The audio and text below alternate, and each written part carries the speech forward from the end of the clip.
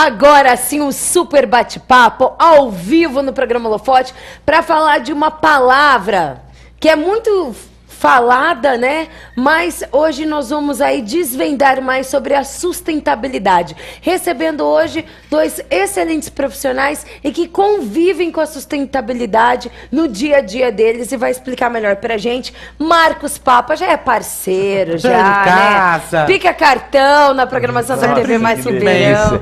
Seja bem-vindo, meu querido. Eu agradeço demais estar aqui no Holofote falando com Ribeirão Preto. E também o Daniel Belíssimo, que vem aí do Instituto Terroir. Eu pronunciei correto? Corretamente. Agradeço pela oportunidade também. Antes da gente começar a falar, é claro, dessa sustentabilidade, né, que é o assunto meio que foco desse nosso bate-papo, trabalhando esse assunto tão atual e tão presente, querendo sim ou querendo não, nas nossas vidas, a gente quer saber um pouco sobre o Instituto Terroir, né? Gostaria que você falasse um pouco sobre esse instituto.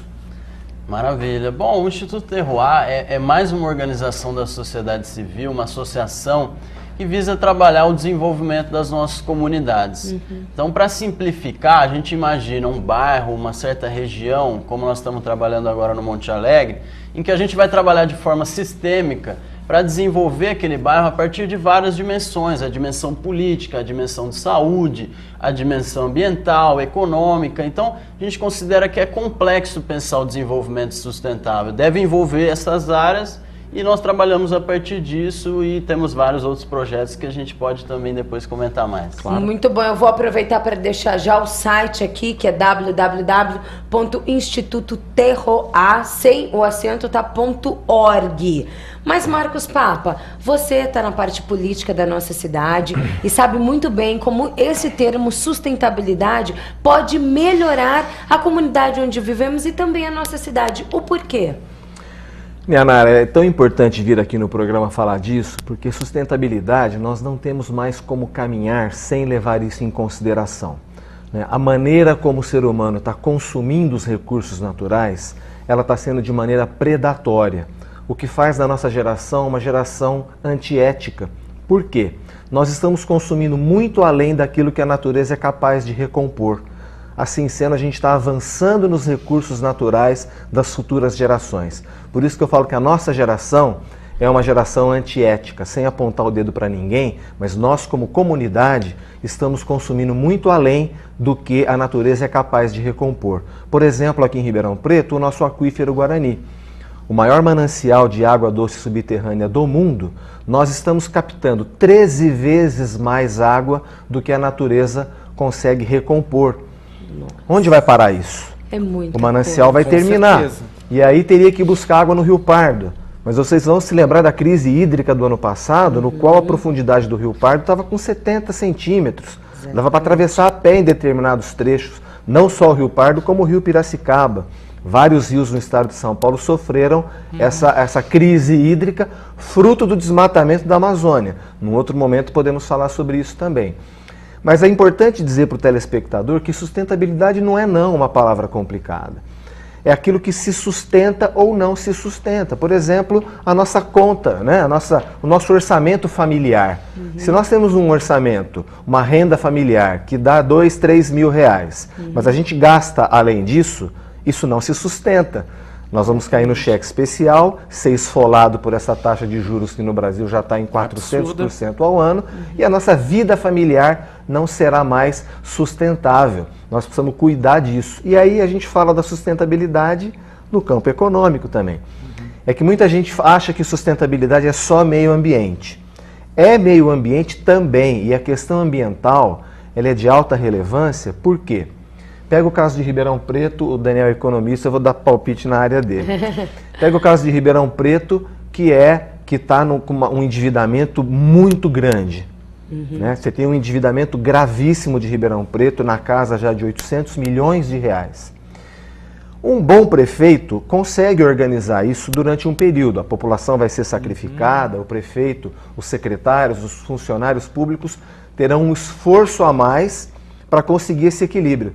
Mas a natureza não. Se você... Eu dizendo, por que a crise ambiental ela é mais grave, né? Se você acabar com a água do aquífero Guarani, foram milênios para fazer isso aqui. Se continuarmos destruindo a floresta amazônica, como estamos desmatando, batendo recordes de desmatamento, assombrosamente estamos batendo recordes de desmatamento na Amazônia, isso compromete o regime de chuvas na região sudeste. Né? Então, se nós não olharmos para a questão ambiental com a urgência que o tema pede, realmente nós viveremos uma situação muito difícil. Então, sustentabilidade não é só meio ambiente, mas a questão ambiental ela é muito importante porque o nosso planeta demorou milhões de anos para construir essa casa tão boa para a gente morar e a gente não está cuidando direito. E é interessante essa colocação que você faz e esta análise, né, que a gente pode aplicar todo o conhecimento que se foca no meio ambiente em outras situações do nosso dia a dia, Exato. como a economia, como a política da nossa cidade, Sim. como o bem-estar da nossa família. Isso é super interessante mesmo. Que se a gente souber fazer essa sustentabilidade em outras situações, por que não fazer com o meio ambiente? Ou vice-versa. Sim. Mas como podemos conseguir fazer isso? Né? Então, Seria repara, a por grande exemplo, você pergunta. tocou no campo da sustentabilidade política, né, para facilitar o entendimento. O que é sustentabilidade política? Você dizer coisas que se sustentam. Né? No Brasil, e aí o telespectador tem que aprender a identificar na fala de cada político, de cada pessoa, aquilo que ele fala e se sustenta e aquilo que ele fala e não se sustenta. Porque o político brasileiro ele tem um vício que outros países cuja democracia ainda está em desenvolvimento como a nossa, de falar qualquer coisa para faturar eleitoralmente, né? Mas aquilo não se sustenta com o tempo. Um exemplo, a crise que nós estamos vivendo hoje. A crise econômica que nós estamos vivendo hoje, ela já estava muito evidente em 2008 e em 2010. Em 2014, muito mais no ano da eleição. Mas o que a presidente afastada disse? Que não tinha crise nenhuma, que estava tudo bem, que não haveria tarifaço de energia, que a gasolina não iria aumentar. Isso se sustentou. Só com a peneira. Não. Isso se sustentou? Não se sustentou. Então, esse é um exemplo clássico de insustentabilidade política. Nós precisamos aprender a dizer a verdade, ainda que isso nos custe algo politicamente, mas a população tem o direito de saber a verdade. Com certeza. Falando um pouco agora sobre o Instituto, como que ele dá, então, essas ferramentas para que essa comunidade consiga trabalhar essa sustentabilidade de uma melhor forma? Então, a gente considera que é muito relevante a participação da sociedade civil de forma mais presente, inclusive da política, inclusive de todas as áreas que a gente precisa trabalhar para a sustentabilidade. Acho que já passou da hora da gente superar o discurso de que são só coisas mínimas que a gente tem que fazer. A gente tem que fazer, sim, economia de água em casa, né? A economia dos recursos mais básicos, mas a gente tem que pensar um pouco além. Não adianta a gente só cobrar os políticos, mas a gente não participar ativamente. Então a gente está, o vereador sabe, a gente está trazendo de forma mais forte o programa Cidades Sustentáveis para Ribeirão e vamos fomentar a participação da sociedade civil para que esse programa possa realmente monitorar o candidato a prefeito que vencer a eleição. Ele vai ser obrigado a assinar um plano onde ele vai ter que fazer um diagnóstico por 12 eixos da sustentabilidade na cidade e ele vai ter que indicar um plano de metas a ser cumprido a partir da eleição. E nós, da sociedade civil, vamos poder monitorar isso através da plataforma que é oferecida pelo programa Cidades Sustentáveis. Tem várias cidades no Brasil. O vereador, por exemplo, ele faz um trabalho brilhante de acompanhamento da sustentabilidade através de uma frente parlamentar, através das ações que ele faz, mas nós da sociedade civil a gente tem que se aproximar mais. Então o Instituto Terroir ele vem para fomentar isso, a gente tem que se envolver também. Porque não adianta a gente ficar cobrando dos políticos se a gente não fizer a nossa parte, né? Eu queria verdade, até isso, né? a gente fala muito aqui no programa, porque eu sei que é um programa de entretenimento, a gente fala muito de energia positiva aqui com os nossos telespectadores, mas chega a hora que a gente precisa puxar um pouco a orelha, né? E a gente está passando por esse momento que se diz de crise, mas onde as pessoas se falam muito e deixam de fazer também. Então você cobra também muito dos outros E você estava falando, por exemplo, que são atitudes simples que a gente pode ter no nosso dia a dia, como economizar água, como separar o nosso lixo, como ter isso, mas a maioria das pessoas não fazem, elas não têm esse tipo de consciência.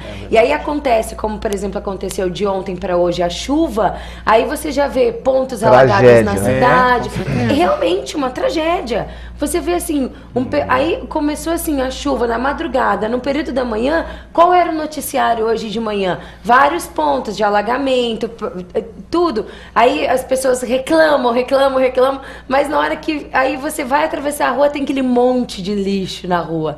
Aí você fala, poxa, mas peraí, alguém jogou esse lixo aqui, O cobrar é muito fácil, que tá aceitar a cobrança é muito difícil, né? Porque é muito fácil a gente falar, mas muitas vezes a gente não fazer, como dizia Nianara Biguete, né? Então eu tenho certeza que os nossos filhos, né, não têm a informação através de nós que estamos passando por isso, que nós não tivemos quando a gente era pequeno, né? Então os nossos filhos mesmo, né, um papel de bala, né, já sabem que é no lixo do carro. E na nossa época, muitas vezes, a gente não tinha essa informação e jogava pela janela. Né? Quer dizer, bituca de cigarro mesmo. No carro, você joga fora, pode, além da poluição, causar um incêndio. Quer dizer, tudo isso é informação. Que se parecem simples, mas que a gente sempre Como trabalhar essa informação? Novamente. Fácil de falar, difícil de fazer. Exatamente. Né? Eu só não quero deixar passar em branco, eu quero dar um reforço numa fala do Daniel. O Daniel falou da lei de metas. Isso nós temos que prestar muita atenção, porque pode colocar Ribeirão Preto num outro patamar civilizatório. É muito sério quando você tem no município uma lei de metas. O que significa isso? O que todo político não, porque tem as honrosas exceções, mas o que normalmente nós vamos ver como resultado dessa crise política tremenda que nós estamos vivendo? O político convencional, o operador da velha política, ele nas vésperas da eleição fala que vai resolver o mundo, que ele vai arrumar vaga para todas as crianças nas creches, que ele vai arrumar vaga para todos os pacientes no hospital, que não vai faltar mais absolutamente nada. E o que ele faz depois de eleito? Ele diz, eu fiz o melhor que eu pude. Nas sociedades mais desenvolvidas não é assim. E é isso que o Instituto Terroir está trazendo para Ribeirão Preto. O nosso mandato já discute isso desde 2013, através da Comissão Especial de Estudos Ribeirão Sustentável, que é a lei das metas. Significa que o prefeito, assim que empossado, ele tem 90 dias para traçar um diagnóstico da realidade da cidade.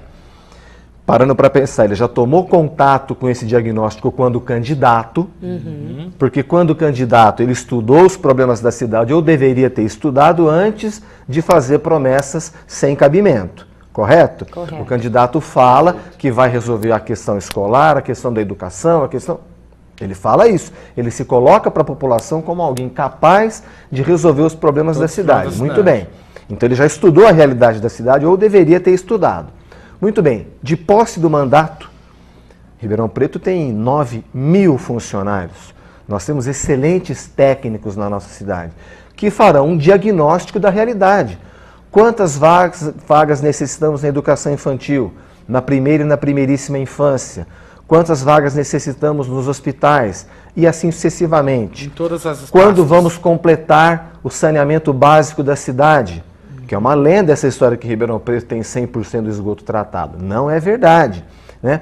Quando que nós vamos efetivamente começar a aproveitar o lixo domiciliar, triado, o lixo reciclável, a nós encaminharmos para a reciclagem isso e mais, fazer vigorar no município a logística reversa, que é aquela que a empresa que produz o resíduo, a embalagem, ela é responsável pelo retorno disso. Então, tudo isso tem que ser colocado numa lei de metas. O prefeito tem que dizer para a cidade, eu farei tanto. Aí, Ribeirão Preto vai para um outro patamar. Então, olha a beleza do trabalho desse instituto, sintonizado com o que se passa de mais moderno no mundo da sustentabilidade, trazendo para Ribeirão Preto para que isso vire uma realidade. E percebam, o Instituto Terroir, a Comissão Especial de Estudos Ribeirão Sustentável, não está dizendo que a Secretaria da Saúde é obrigada a descobrir a cura do câncer. Não está dizendo algo que a ciência ainda não descobriu. Não é mais um problema científico você reciclar o lixo. Você ter um sistema de transporte público eficiente, tirando o carro individual da rua. Não é mais um problema científico. É um problema político, mas tem que ter vontade. Que deve ser feita. Tem que ter vontade política para fazer. Mas essa questão, ela já está em Ribeirão Preto ou é algo que ainda vai passar por um processo? A prefeita Darcy Vera, antes de reeleita, ela assinou um termo de compromisso com a Rede Nossa São Paulo, se comprometendo a implantar a lei das metas em Ribeirão Preto. Mas ela prometeu, assinou o documento e não cumpriu. Então o que o Daniel está dizendo é, nós precisamos, a sociedade civil organizada, nos unir à força política que já deseja essa lei, que estamos no ano eleitoral, para pressionar os políticos que serão candidatos ao executivo agora a assinarem esse compromisso e mais que isso, não assinar e jogar fora como fez a atual prefeita, mas assinar e colocar em prática. Colocar em prática. Pergunta? Bom, Marcos, nós temos aqui perguntas dos nossos telespectadores e compartilhar com vocês. Já agradecendo a dona Alice da Vila Tibério. Beijo! Um beijo. Ela está falando em Ribeirão Preto, nem coleta de lixo reciclável tem. É um serviço mal feito. O povo e o poder público não estão prontos para discutir isso. Olha a opinião da dona Alice. Além do reciclável, Vila Tibério. eu vou estender também para o lixo eletrônico. Eu tive maior dificuldade com o lixo eletrônico e eu sofri, viu, gente? Exatamente. Porque eu não posso literalmente depositar na calçada da minha casa. Quem quiser pegar, que pegue. Exatamente. Eu não posso fazer isso, né? Não. Houve o maior problema isso na minha casa. Geralmente você tem que sair até encontrar o lugar. É muito complicado, né? Eu vou falar para a dona Alice a parte política, dona Alice, e o Daniel fala a parte técnica, tá? Na parte política, olha que absurdo. Em 2013, a prefeitura estava na iminência de fazer uma licitação do lixo bilionária, toda viciada, com evidências de superfaturamento e um direcionamento a um grande grupo econômico. Eu, junto com a sociedade civil, nós tivemos que colocar uma ação, colocar uma representação no Ministério Público, que virou uma ação civil pública e a Justiça condenou a Prefeitura a não realizar aquela concorrência. 3 anos se passaram e até agora a Prefeitura não tomou outra providência.